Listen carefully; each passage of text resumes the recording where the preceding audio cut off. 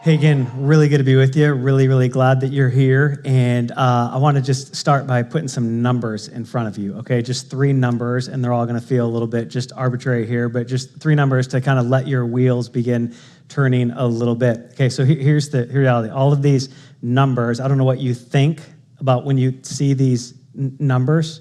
Like, do you have a thought or something formed? But here's kind of what these numbers are actually about your thoughts. Because I don't know what you think when you see them, but what you think is actually what these numbers are.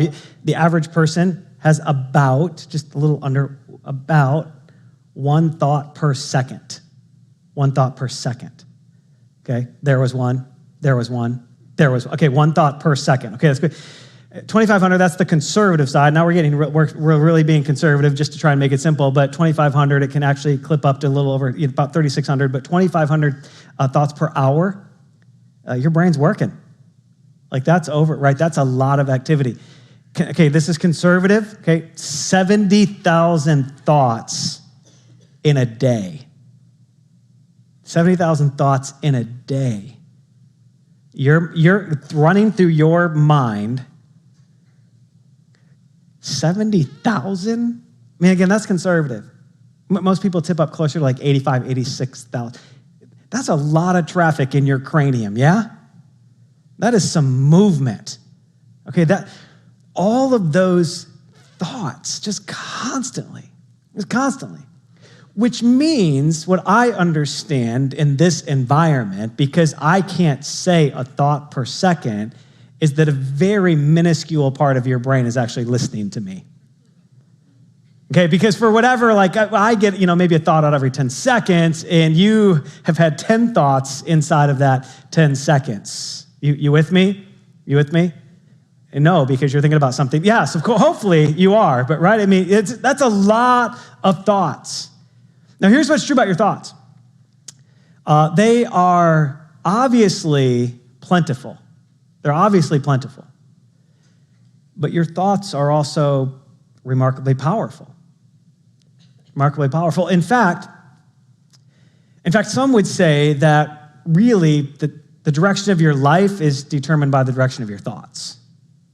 Right? Where your thinking is, that's where your life is going. Philosophers have written about it. Poets have written about it. People in the Bible wrote about it.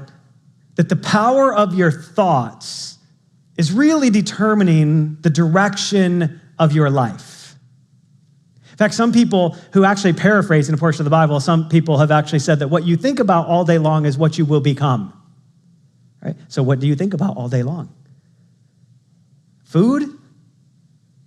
Freedom? Accomplishment? I mean, right, there's this thing like, okay, like, right? What is in that? Now, the good news is Jesus completely understood this. He created you with this wiring, right? And so he's got a lot to say about our thoughts, a lot of really helpful things to say about our thoughts. And our thoughts, because they're so plentiful and because they're so powerful, they're absolutely one of these vital signs that people like you and I, we need to check in on occasion. We need to check in and say, okay, look, how's my thinking? How's what I'm thinking about? How's just the quality of my thought? How's the consistency of my thought? How's the direction of my thought? If we have that many thoughts and our life is moving in the direction of our thoughts, and if Jesus spoke so often about things related to our thoughts, it's just helpful to know that, hey, every now and then I just need to check the pulse on my thoughts. I got to measure this a little bit. Now, Jesus talked about it in lots of places. One of them is John chapter 8. In fact, if you got a Bible or a phone or something, or if you're going to sketch some notes or something like that, that would be a pocket to be in, John chapter 8. In John chapter 8, there's a lot that's happening. It's really just an altering chunk of Scripture. Starts with Jesus really stepping in on behalf of a woman caught in adultery, and some people want to stone her, and Jesus says, look, that's not how we're going to do this thing. Like, none of you is perfect either. And he really steps in on her behalf and then says to her, gives her this remarkably freeing statement. He says, look, I'm not going to condemn you, but I'm going to invite you to just go and live a different way. Like there's all sorts of grace and truth tucked into this. And then coming out of that, Jesus gets involved in this conversation with these Pharisees, these religious leaders of the day, who are really oftentimes feel like they're trying to protect something. They're trying to protect something, God, but oftentimes they're trying to protect their own power. And that's where their thinking is going. Like, where's our security? Where is our kind of even footing? And how do we protect the stability and really some of the influence that we built? How do we guard that? And so Jesus is in a conversation with them. But then, probably in the middle-ish of the chapter, in John 8:31, the direction of the conversation changes. It's no longer the woman that was caught in adultery, the people that were trying to accuse her. It's no longer the Pharisees and the religious leaders of the day. Look what happens in John chapter 8, verse 31. This is what the guy John wrote. He said, to the Jews who had believed in him, that's Jesus, Jesus said. And the next little section of the conversation is between Jesus and the Jews who, and this is what I want you to get, who had believed in him.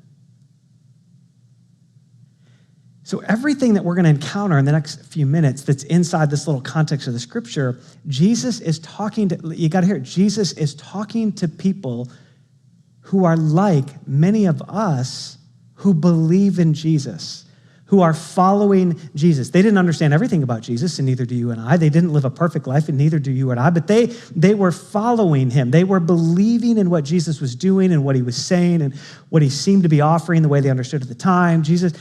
They believed in him. Jesus isn't in this moment talking to people who don't believe in him. He's not anymore talking to the Pharisees who are actually resisting him. He's not really talking to Romans who don't really, they're just kind of tolerating Jesus as long as he doesn't disrupt the peace.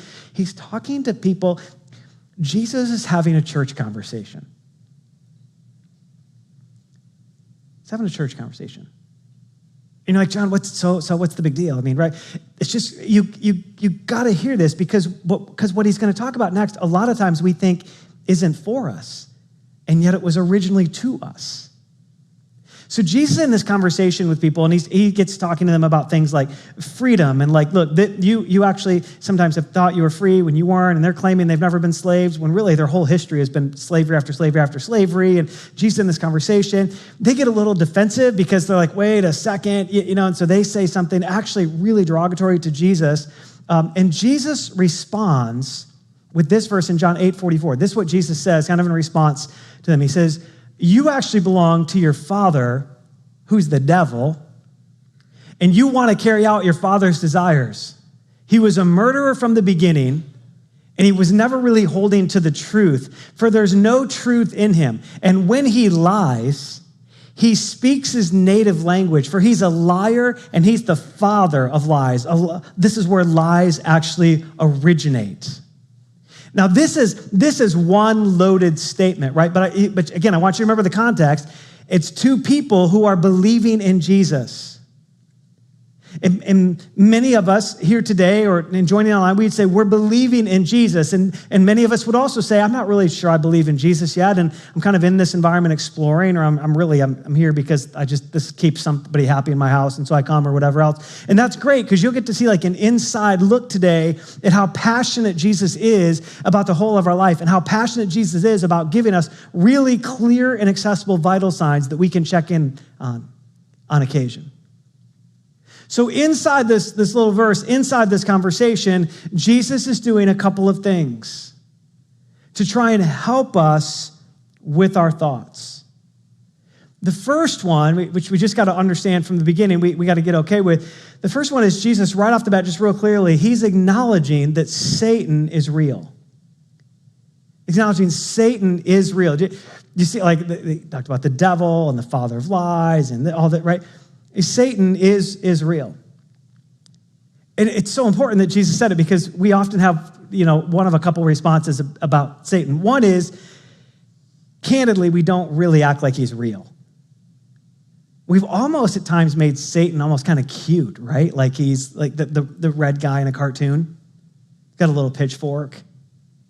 He's a little red guy on one shoulder and there's a little angel on the other, right? We kind of got this, we almost made him cute. And we've almost said, well, that's not real. I mean, that's in the idea column. I mean, Satan is, that's just an idea.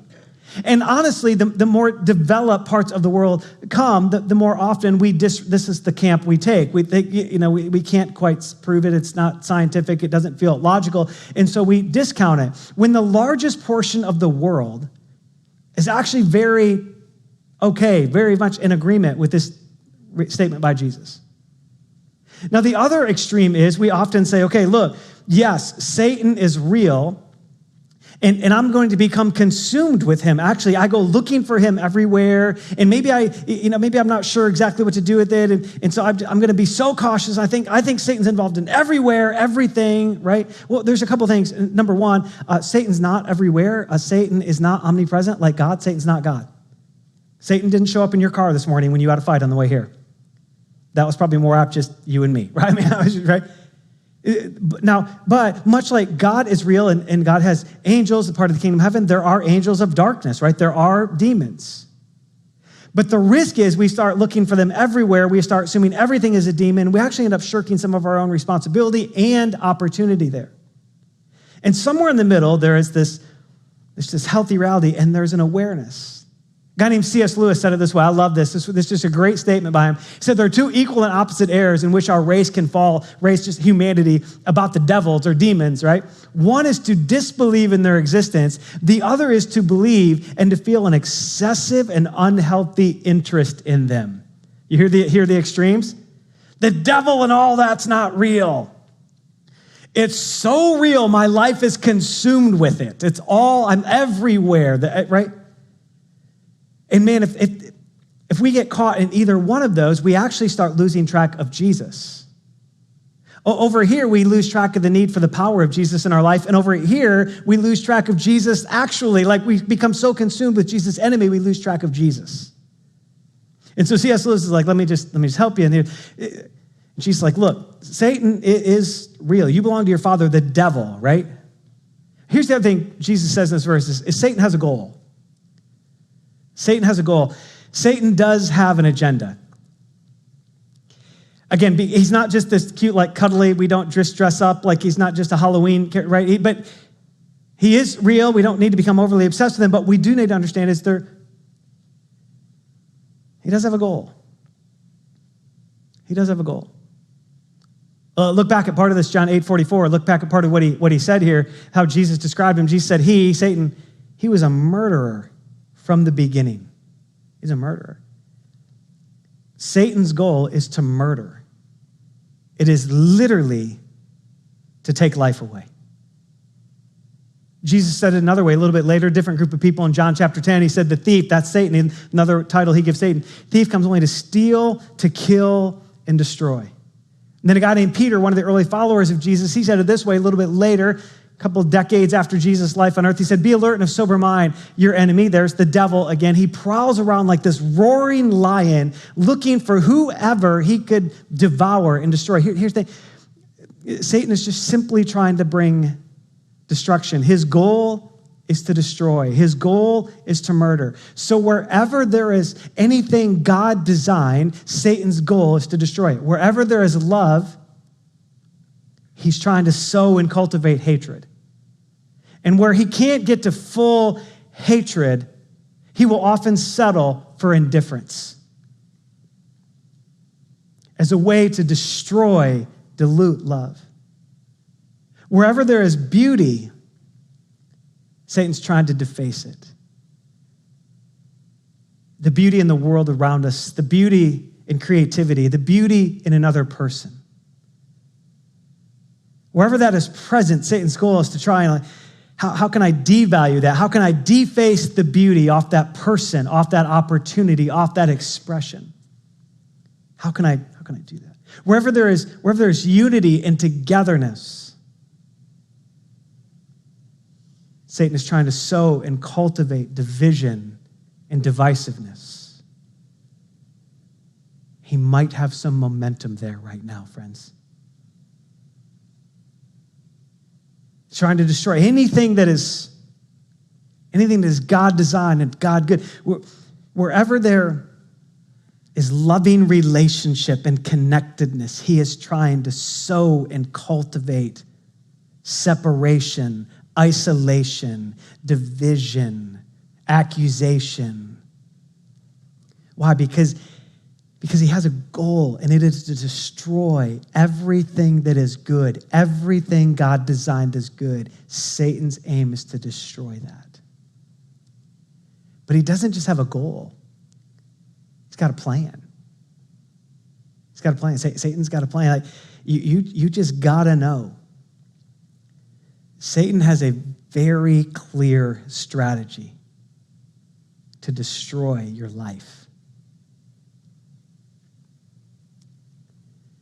Which is why Jesus so clearly is trying to talk about it. There's a strategy, like there's a method. But the good thing is, because of Jesus, we get to know the method. We get to know the strategy. We get to actually learn a counter strategy. We get to, okay, like how does all this work? Satan has a plan, and his plan, very simply, is lies. His plan is lies. It's to deceive. It's to sow deception. It's to dilute truth, often putting just enough truth in to make the lie capture some momentum. Let's go back to it, John 8:44. Let's just see it again. He was a murderer. Satan was a murderer from the beginning, not holding to the truth. See, the way he murdered was to let go of truth, for there is no truth in him. When he lies, he speaks his native language. What Satan knows how to speak is a lie. The only way Satan grabs a hold of a truth to use it is to accompany it with a lie, to give the lie some sense of credibility. That's what he's doing all of the time. For he's a liar, and he's the father of lie. The only offspring Satan can have is deception, is lies. That's it. That's it. And Jesus is, again, let's just go back for 1 second. Remember, Jesus is talking to people who believe in him. Now, here's the thing. These lies are kind of tricky. Because, again, they're not usually outlandish in the beginning. You know? Most of us didn't wake up today with the thought, man, you know what? I think today is just a great day to start believing there's no evil in the world. It's too big, it's too sweeping. It honestly doesn't touch the emotion of your life at all. So it's not Satan's plan. It's not how he works the deception. The deception comes much more gradually, much more subtly, and it touches our mind and our emotions, the things that we feel and experience. So let me just tell you a couple of mine throughout the course of my life.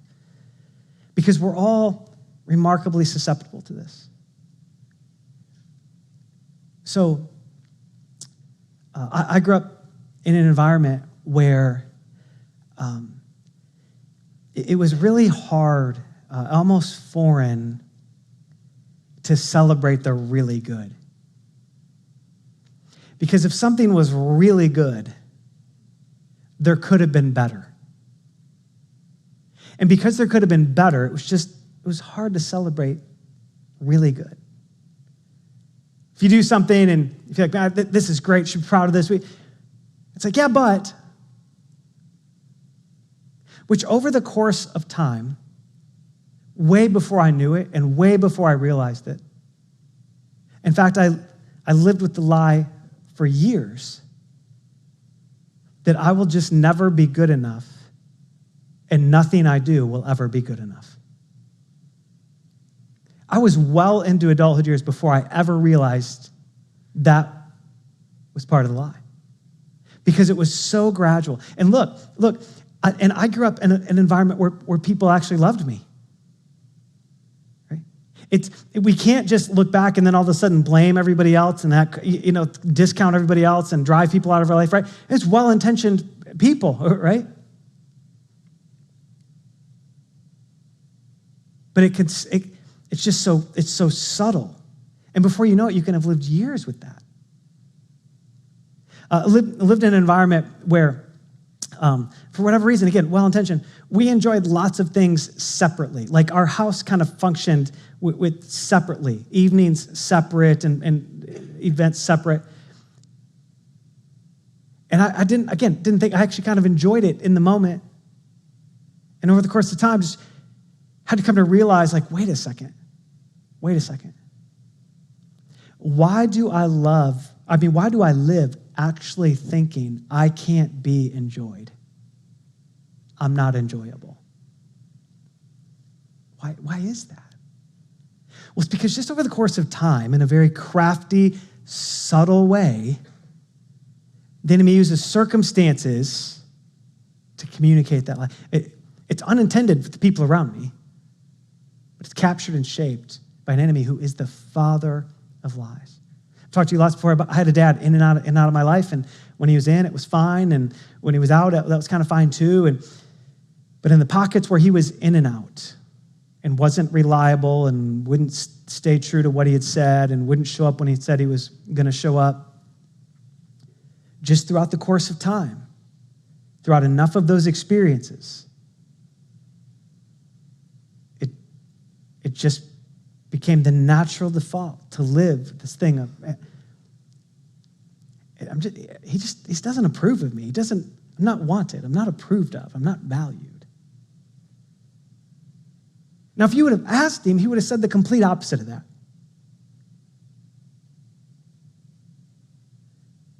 It just settles in over the course of time. And listen, just to be honest with you, and while I see those now, and while I've navigated lots of things of overcoming lots of those and changing trajectory and thought,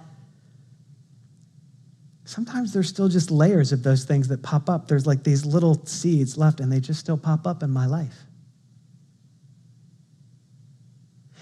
Most of you would be really uncomfortable if you knew the battle that raged in my mind every Sunday morning before doing something like this. Why is that? It's because thoughts are many and thoughts are powerful, and there really is a war over your thoughts. Your mind, your thoughts are an ongoing battlefield.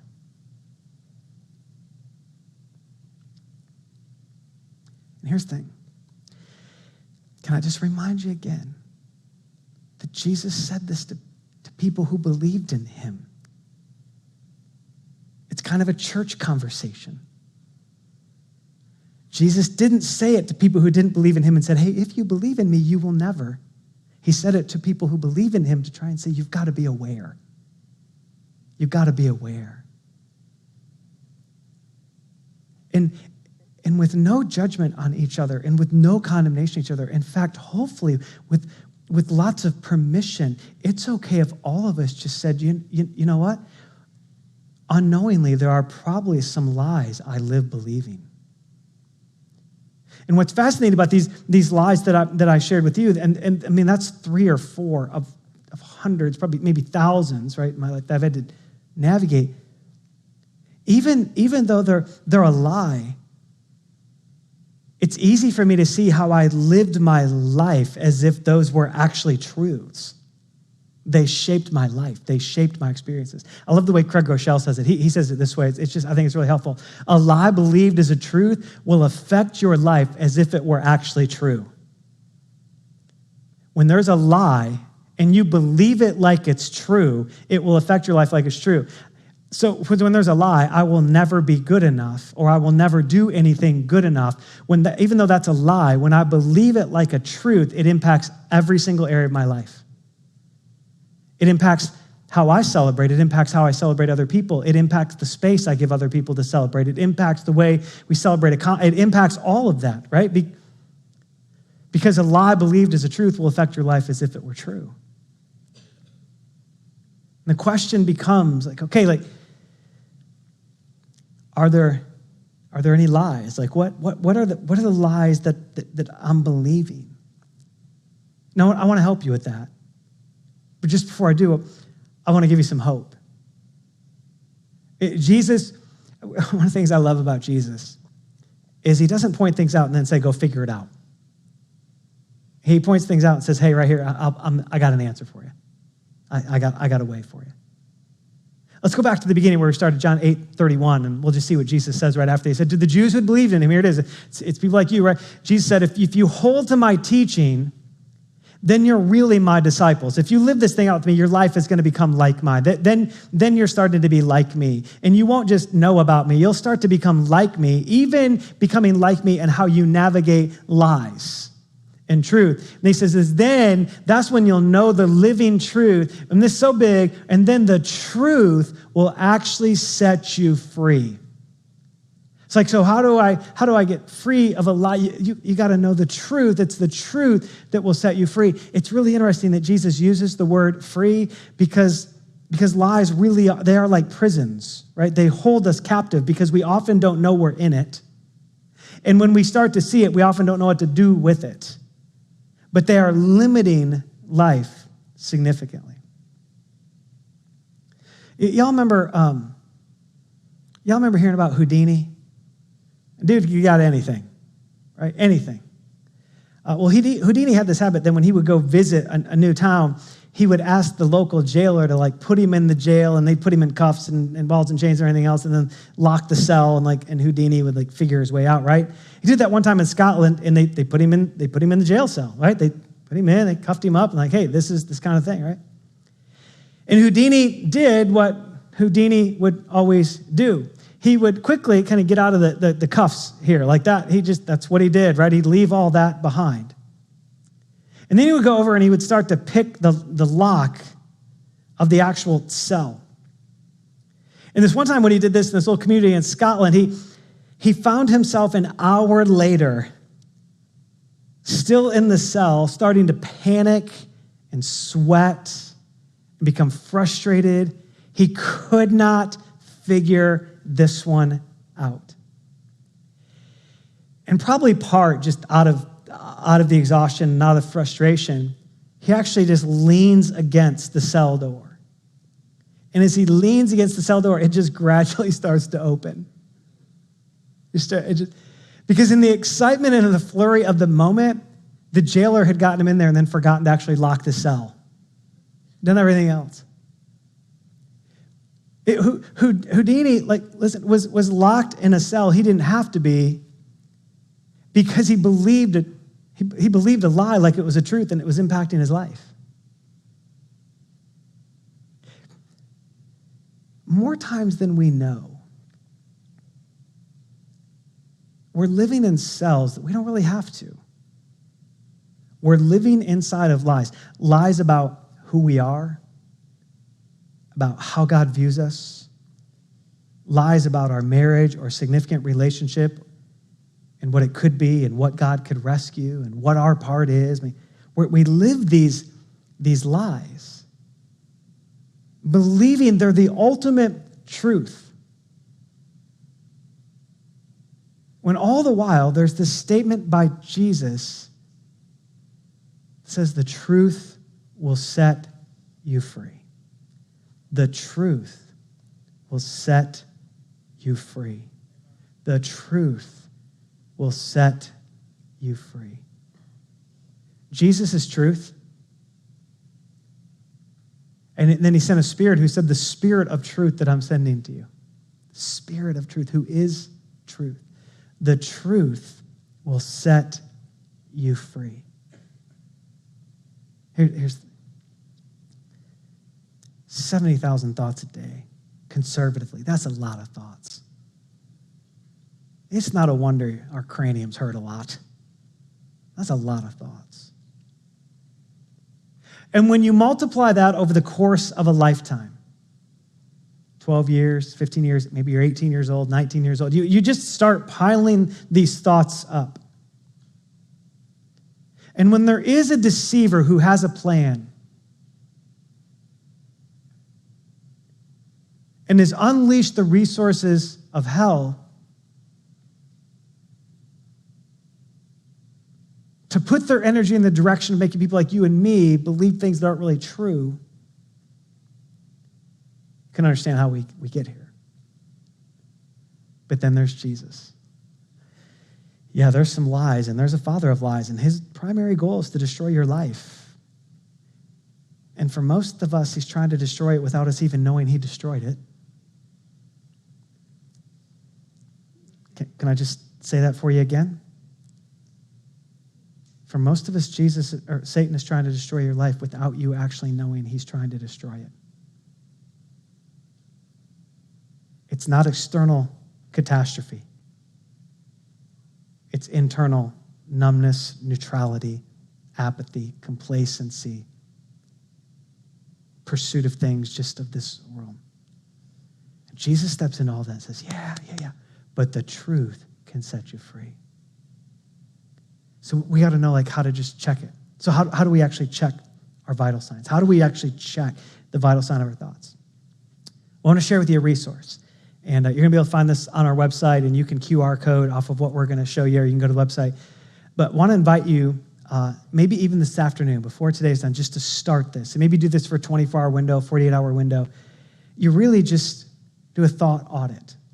And you take an inventory. Take 24 hours, so just take an inventory of all your thoughts. And you just record them. Open up a notes app on your phone, or voice memo, or a journal, or something on your computer, whatever it is. You just carry a pad of paper, whatever it is, and just periodically ask, what am I thinking about? What am I thinking about? What did I just think about? What did I think in that relational interaction? What did I think when I went there? What did I think when I started the day? What did I think about when I woke up? What's on my mind as I'm trying to go to sleep at night? You're just taking an inventory of your thoughts. And then what you'll also find there is just some questions to help with a thought audit. Then you take all those thoughts and you just audit them. What do all these thoughts mean? What do I really see? This tool, we actually just took it right from a book called Winning the War of Your Mind by Craig Groeschel, who actually quoted in here. It's just a really helpful, super accessible book, and this is one of the resources in there that we just wanted to share with you. Because listen, part of what Jesus is saying here is, hey, you got to check this on occasion. You got to check your thoughts. You got to see where your mind is going. It's a vital sign. You just got to check it. How's the rhythm of my thoughts? How's the pressure of my thoughts? How's the life-giving nature of my thoughts? What's in here that I didn't even realize I had that. Why do I think that? Because if we would see the lie, the truth will set you free. If you will see the lie, the truth will set you free. If you never actually take the time to see the lie, you don't actually know you're in the cell and that you need the truth. When you see the lie, the truth will set you free. So I want to invite you just to engage this again. You can find it on the website, or some of you have that book probably, or again, however it is you want to get there, QR code it, whatever else. If you're in a small group, this is going to be just a great pocket of conversation. We need each other in this. This is a perfect example of where we need community, where we need the help of each other to put vocab to things and understand and see things and to find the encouragement and to be strengthened by one another in it. So if you're in a small group, this is like the perfect time and part of what we'll experience together in it. And before you do it, just grab a hold of this one thing. Before you even know you need it, this one thing. The truth will set you free. Nothing else will set you free. The truth will set you free.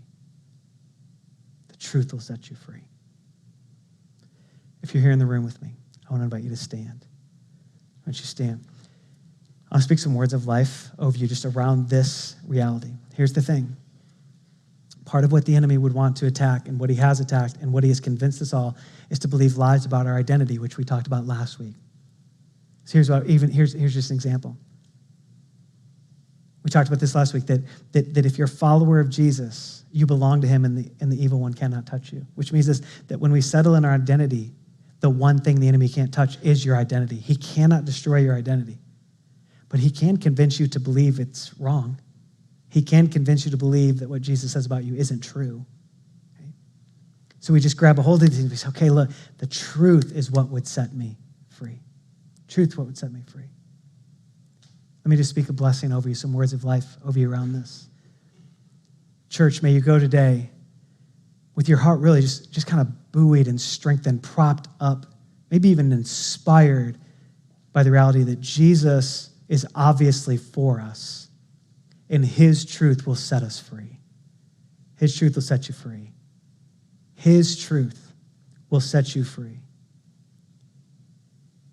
May you go with the revelation that comes simply from the counsel of the Holy Spirit to see your thoughts for what they really are and find the freedom and the expanded life that comes when the truth really does set you free. May you be filled with that same Spirit, who is the power that Jesus said he would give you to be a witness to the people around you. May you go in his power, be sent in Jesus' name. Amen, everybody? Amen. Hey, little pulse check for us, vital signs. We'll see you and a friend next week. Thanks a lot for being here today.